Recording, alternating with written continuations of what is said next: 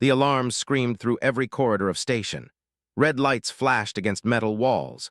People ran in all directions, their faces filled with fear and confusion. Ambassador Park stood at the observation window of the command center. Her heart was beating fast, but her face remained calm.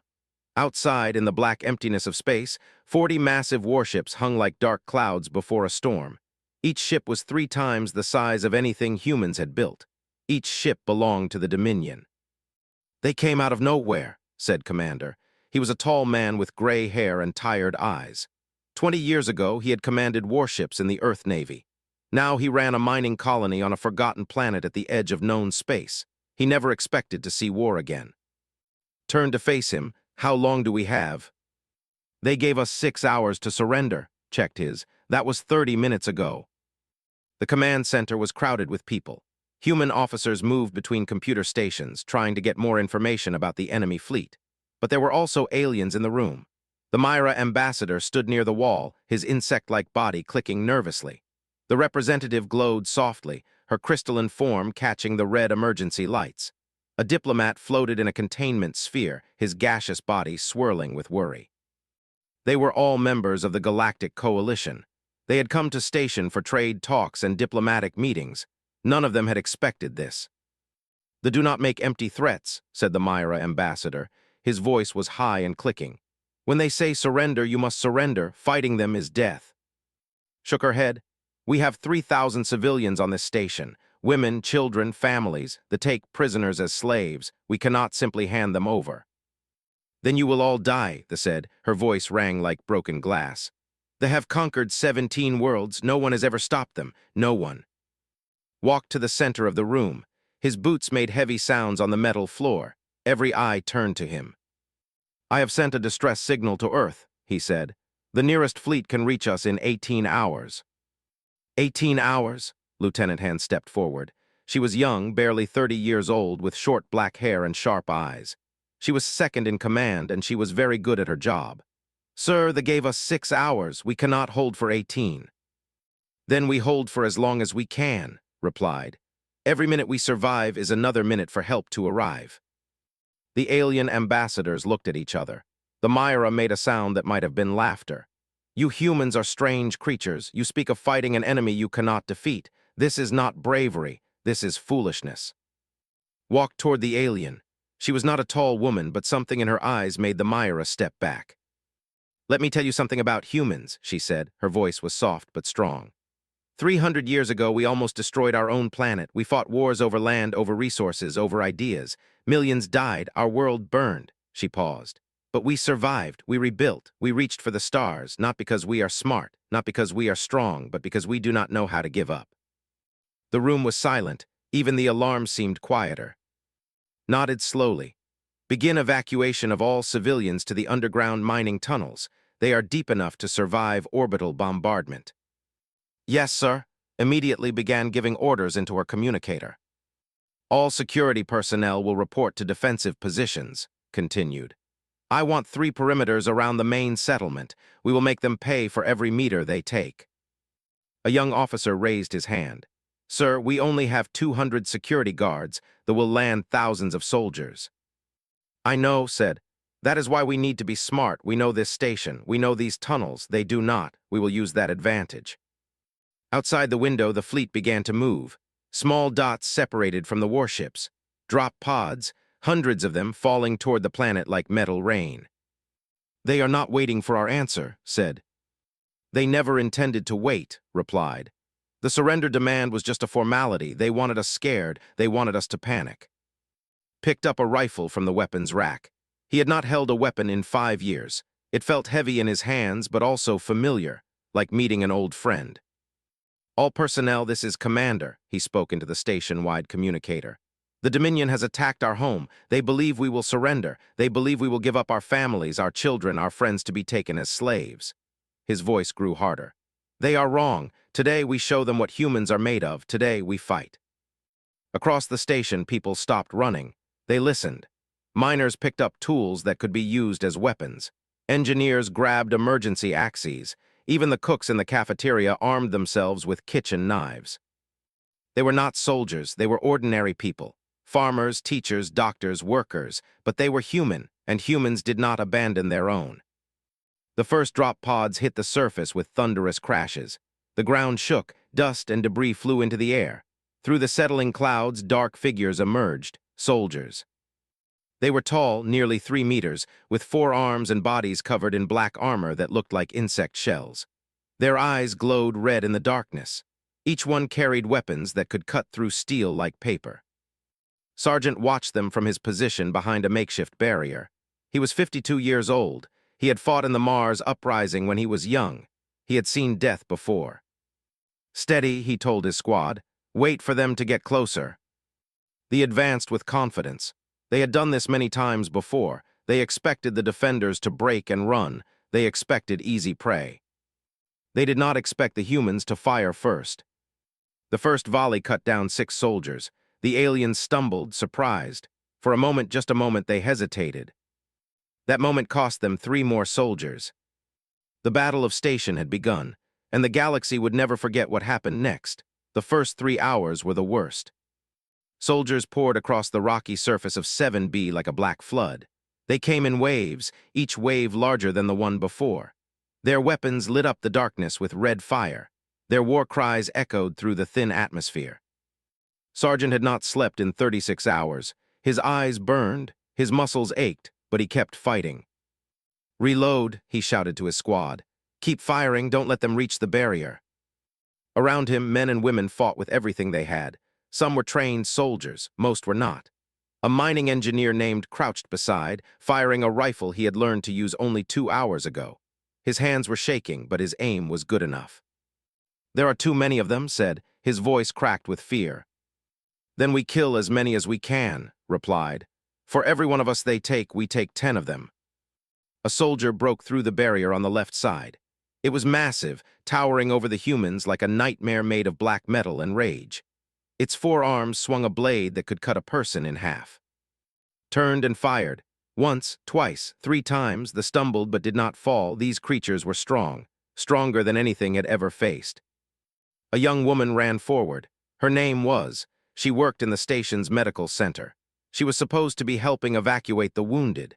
Instead, she jumped on this back and shoved a knife into the gap between its helmet and armor. The alien screamed. It fell, rolled away, covered in blue blood that was not her own. "Get back to the medical center," shouted at her. Shook her head. "The medical center is gone. They bombed it an hour ago." Her eyes were empty. "Everyone inside is dead." Felt something cold settle in his chest, but there was no time for grief. There was never time. "Then stay behind me," he said, "and keep fighting." In the command center, Commander watched the battle through security cameras. Red dots showed positions. Blue dots showed human defenders. There were so many red dots, so few blue ones. "The outer perimeter is failing," Lieutenant reported. Her voice was tired but steady. "We've lost 40% of our forces." "Pull everyone back to the second perimeter," ordered. "We need to make them work for every step."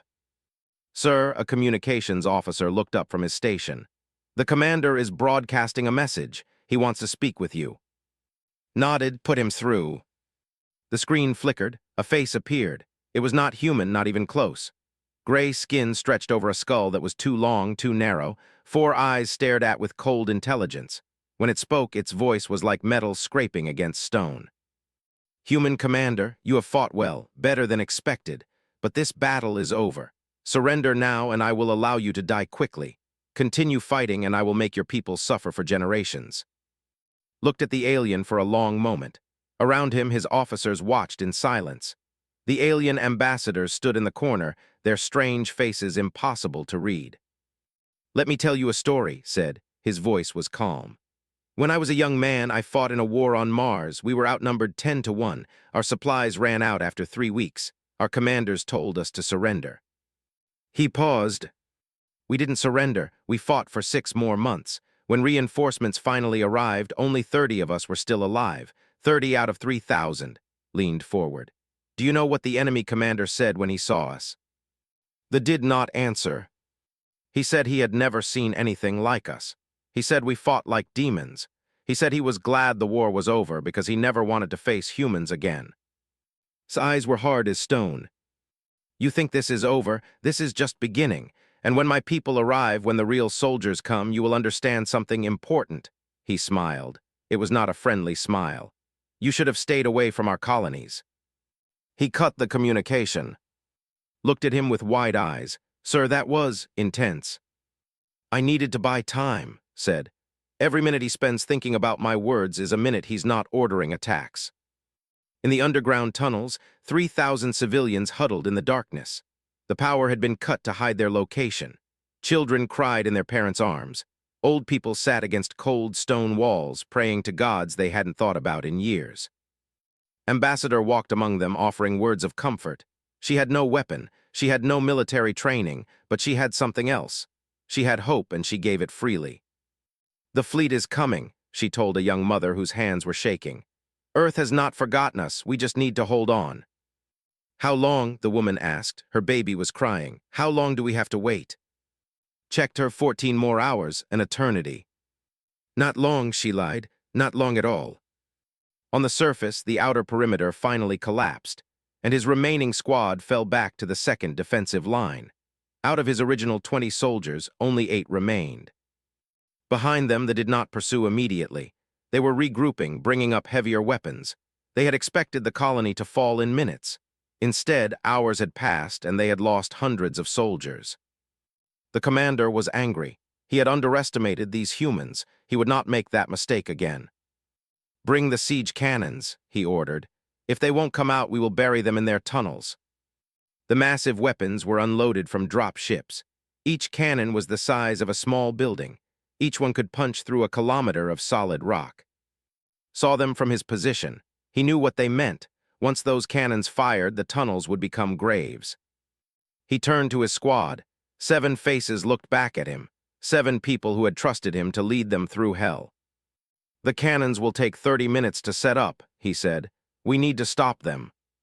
Stared at him. "That's impossible. There are hundreds of between us and those cannons." "I know," checked his rifle. He had 1 full magazine left. "That's why I'm not ordering anyone to come with me. This is volunteer only." For a moment, no one moved. Then stepped forward. "I'll go." One by one, the others followed, all 7 of them. Felt something warm in his chest. Pride, love, grief for what was about to happen. "Thank you," he said simply. "Let's move."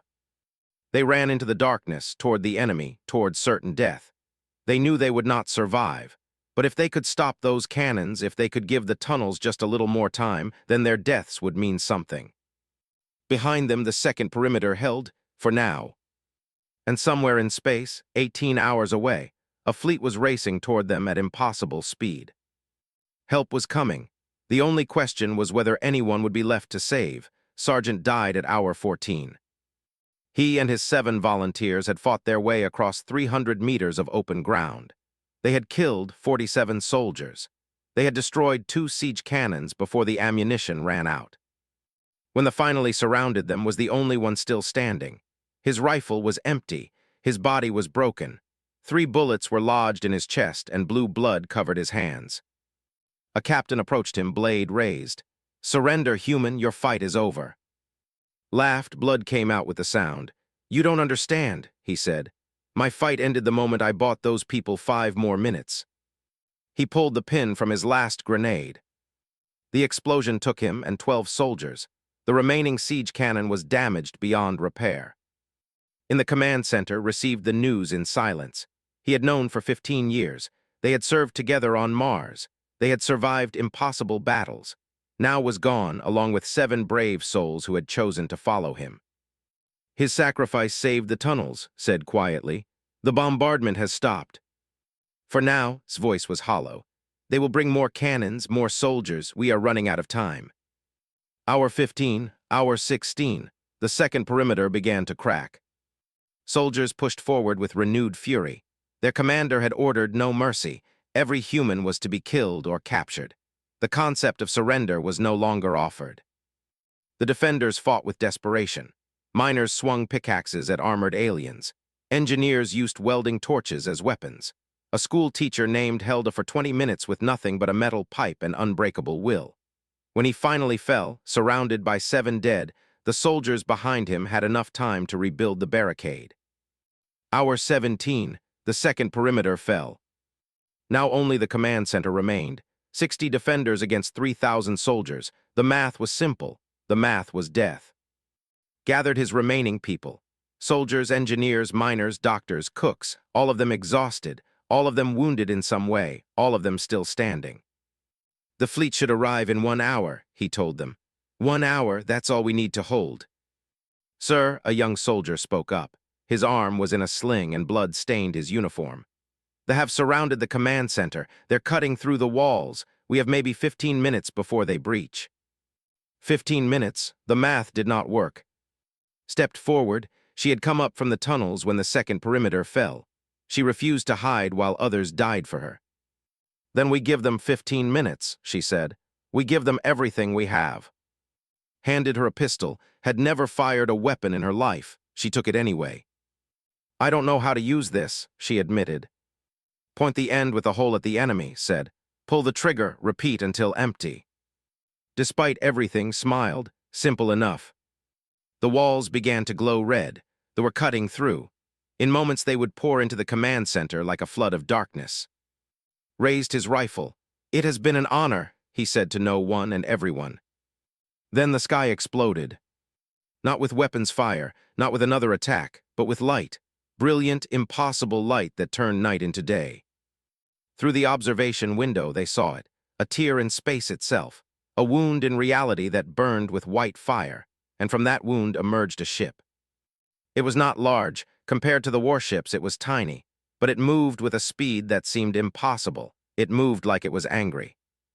The UES Defiance had arrived. Slipstream jump, whispered. They used emergency slipstream, that's suicide. Not suicide, said. His voice was filled with something he had not heard before, something like joy. Desperation, they came as fast as they could. The fleet turned to face this new threat. 40 warships against 1 carrier. The odds were laughable. Then the Defiance opened its belly, and 300 objects fell toward the planet. They were not bombs, they were not missiles. They were soldiers. Earth's 77th Shock Trooper Division dropped through the atmosphere like falling stars. Their armor glowed red from friction heat. Their shapes grew larger as they fell faster, faster, impossibly fast. The soldiers outside the command center looked up. For the first time since the battle began, they hesitated. A voice broadcast on all frequencies. It was a woman's voice, hard as iron and cold as space. Dominion Forces. This is Colonel of the United Earth Marine Corps, 77th Shock Trooper Division.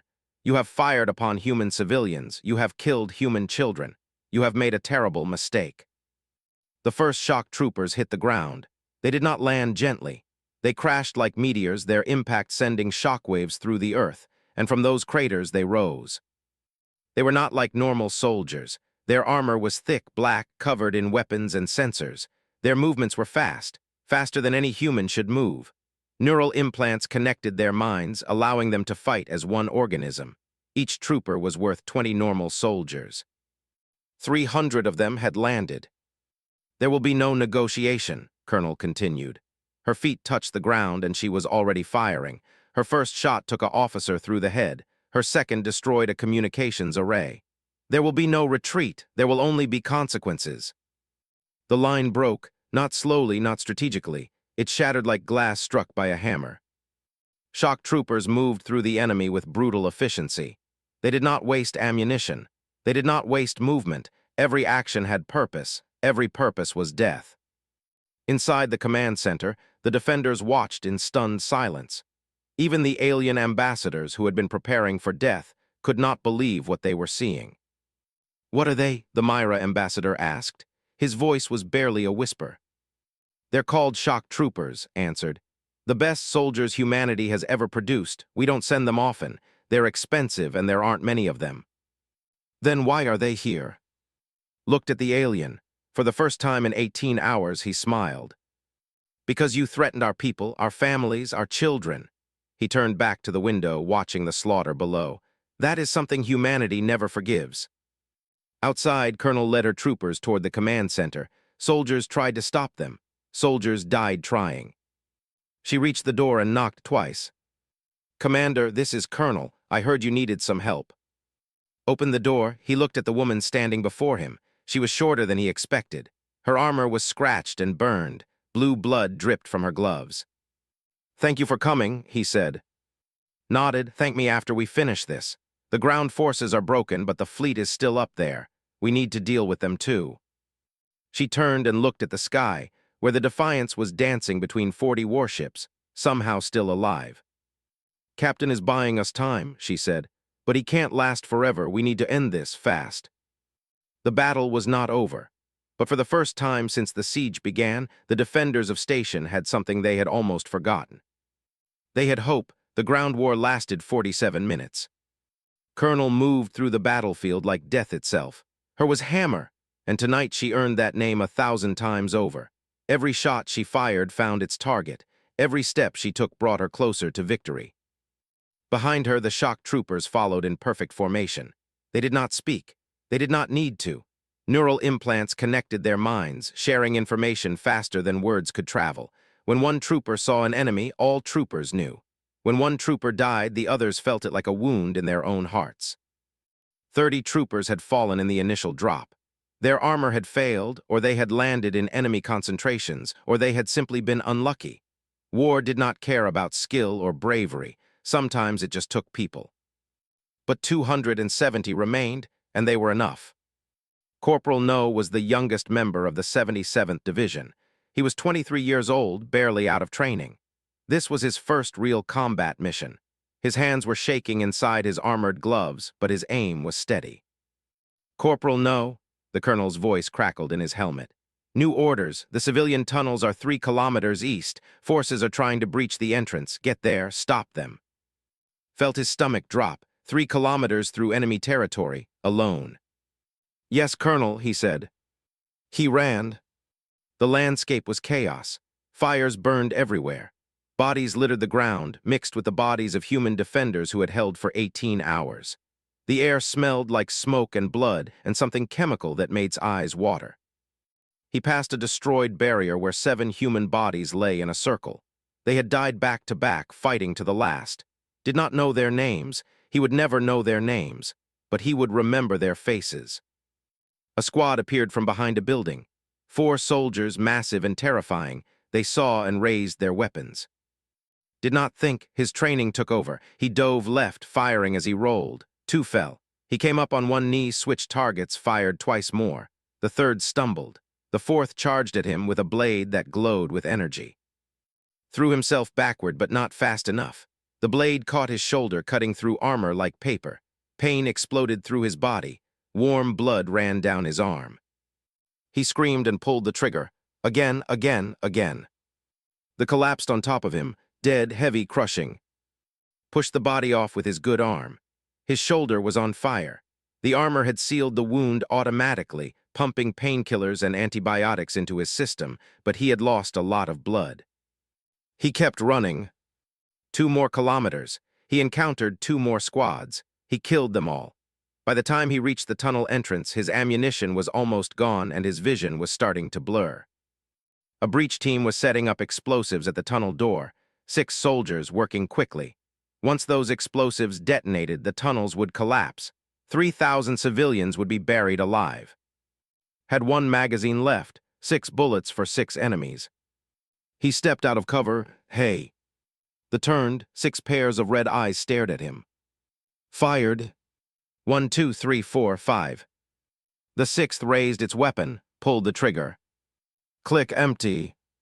Time seemed to stop. The soldier aimed its chest. There was nowhere to run, nothing left to do. Then the tunnel door opened and a woman stepped out. She was holding a mining drill. Before they could react, she drove the drill through its skull. Blue blood sprayed everywhere. The alien fell.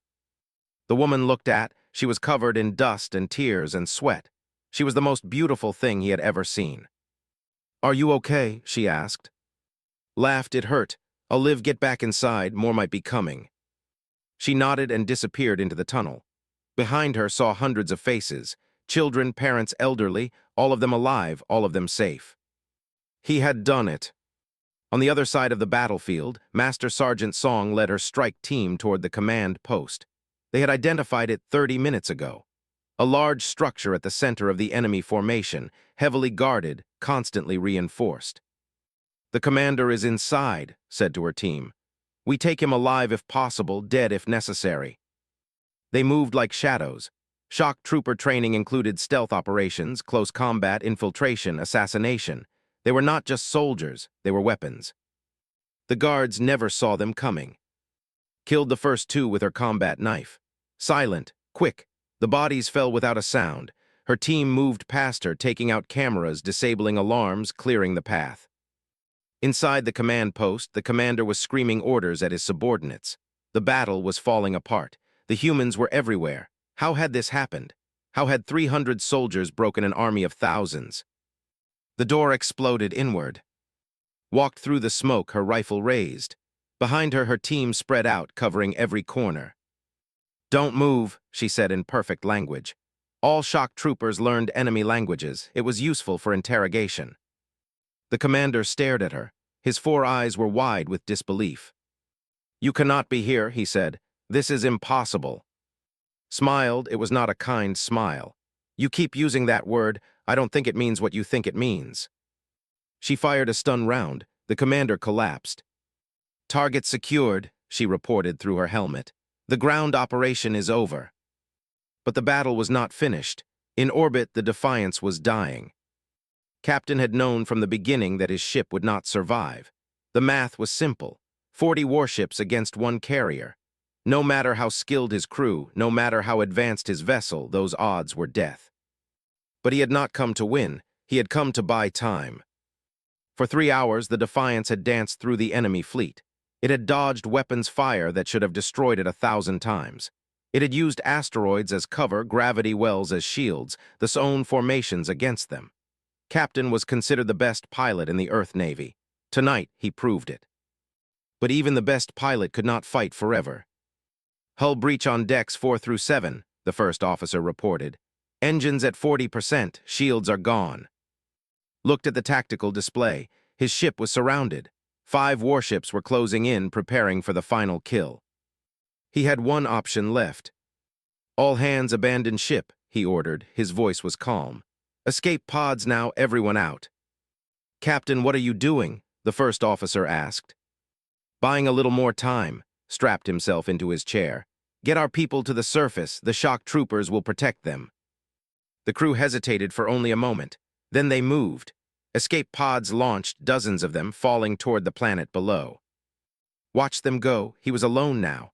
Alone in a dying ship surrounded by enemies. He smiled. "Computer, full power to engines. Set collision course with the flagship." The computer acknowledged. The Defiance began to move. The fleet realized what was happening too late. They tried to move, tried to fire, tried to stop the small human ship that was accelerating toward their command vessel. They failed. The Defiance hit the flagship at full speed. The explosion was visible from the planet's surface, a ball of fire that lit up the night sky like a new sun. When it faded, the flagship was gone, and with it, their fleet's command structure. The remaining warships panicked. Without orders, without leadership, they did what any broken army does. They ran. Hyperspace portals opened across the system. 39 ships fled into the darkness, leaving their ground forces behind to die. On the surface, Colonel watched the sky clear. The fires were dying. The shooting had stopped. For the first time in 18 hours, station was quiet. She removed her helmet and took a deep breath of dusty, smoky, beautiful air. "This is Colonel to all forces," she broadcast. "The enemy has retreated. The battle is over." She paused. "We won." Across the battlefield, exhausted soldiers began to cheer. In the tunnels, civilians hugged each other and cried. In the command center, Commander put his head in his hands and wept. They had survived. Against all odds, against an enemy that had never been defeated, against the cold mathematics of war, they had survived. But the cost had been high, and the galaxy would never forget what had happened here. 3 days after the battle, the rescue fleet finally arrived.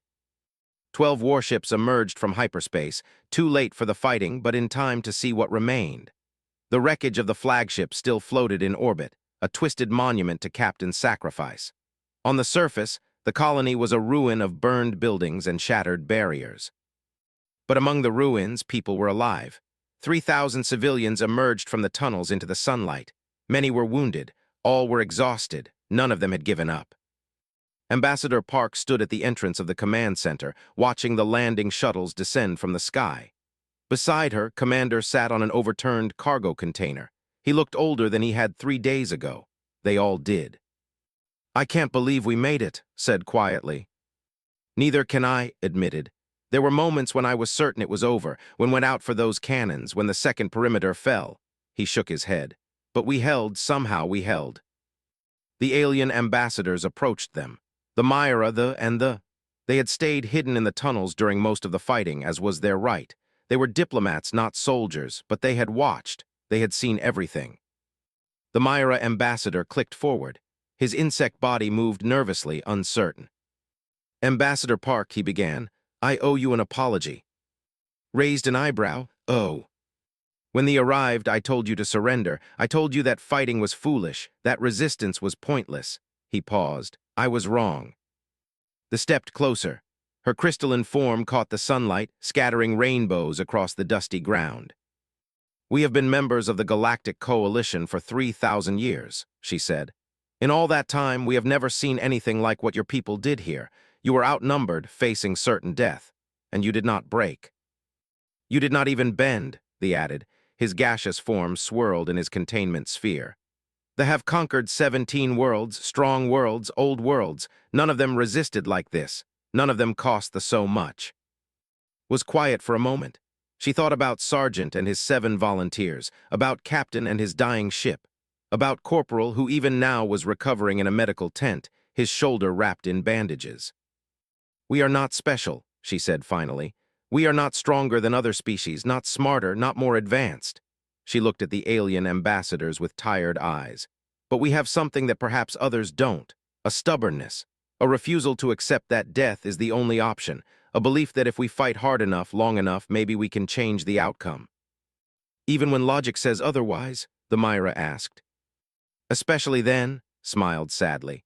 "Logic would have told us to surrender. Logic would have said we couldn't win, but we didn't fight because we thought we could win. We fought because surrendering meant losing everything, our families, our children, our future."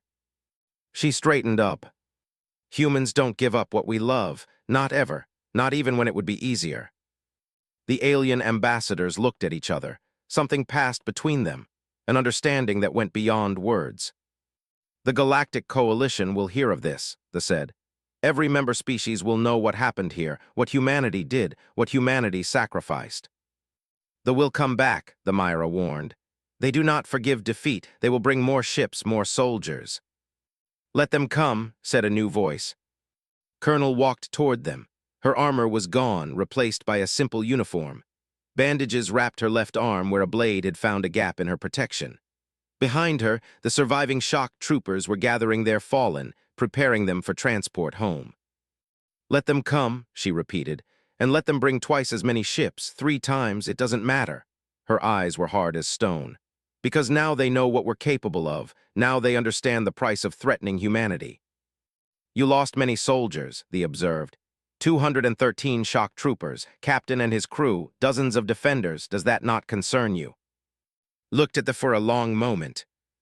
"Every death concerns me," she said quietly. "Every name is carved into my memory. I will carry them with me until the day I die." She paused. "But they did not die for nothing. They died protecting 3,000 innocent people. They died showing the galaxy that humanity will not be enslaved. They died as heroes." She turned to look at the sky, where the rescue fleet was still descending. "And their sacrifice will not be forgotten, ever." A week later, the Galactic Coalition held an emergency session.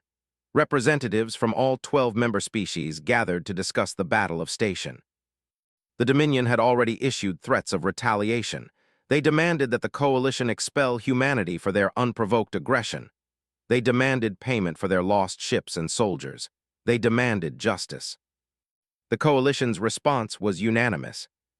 The Dominion attacked a civilian colony without provocation, the High Speaker announced. They attempted to enslave 3,000 innocent beings. They were stopped by human defenders who showed courage beyond anything we have witnessed in 1,000 years. The speaker paused. "Therefore, the Galactic Coalition declares, Any attack on human territory will be considered an attack on all member species. Any threat against humanity will be answered by the full might of our combined fleets. The ambassador stormed out of the chamber. Behind him, the other representatives began to applaud. Humanity had been a junior member of the coalition for less than a century. They were young. They were small. They controlled only 3 star systems. But they had proven something at station, something that changed everything. They were not to be underestimated. On Earth, a memorial was built for the fallen. 247 names were carved into black stone. Sergeant, Captain, the 7 volunteers who had died stopping the siege cannons, the crew of the Defiance, the shock troopers who had fallen in the drop, the miners and engineers and teachers who had picked up weapons and fought like lions. Ambassador Park spoke at the dedication ceremony. Beside her stood Commander, Lieutenant Han, Corporal No, and the survivors of the 77th Shock Trooper Division. They did not die because they were ordered to, said. Her voice carried across the silent crowd. They died because they chose to. They chose to stand between evil and innocent people. They chose to fight when surrender was easier. They chose to give their lives so that others could live. She looked at the names on the wall. This is who we are. This is what makes us human, not our technology, not our intelligence, not our strength. She placed her hand on the cold stone. Our love, our stubborn, impossible, unbreakable love for each other. She turned to face the crowd. The galaxy knows now. They have seen what we do when our people are threatened, and they understand something that they learned too late. Her voice rose. We protect our own, no matter the cost, no matter the odds. We never give up, we never surrender, we never forget. Behind her, the sun was setting. Golden light washed over the memorial, making the names glow like fire. In the crowd, Colonel stood at attention. Beside her, the surviving shock troopers did the same. They would carry the memory of station with them forever. They would tell the story to new recruits, to their children, to anyone who would listen. And across the galaxy, on 1,000 different worlds, species who had once dismissed humanity as young and foolish began to tell a new story. The story of station. The story of 300 shock troopers who fell from the sky like angels of death. The story of ordinary people who refused to break. The story of why you should never, ever threaten humanity's children. Because when you do, humanity comes for you. And humanity does not stop. Humanity does not yield. Humanity does not forget.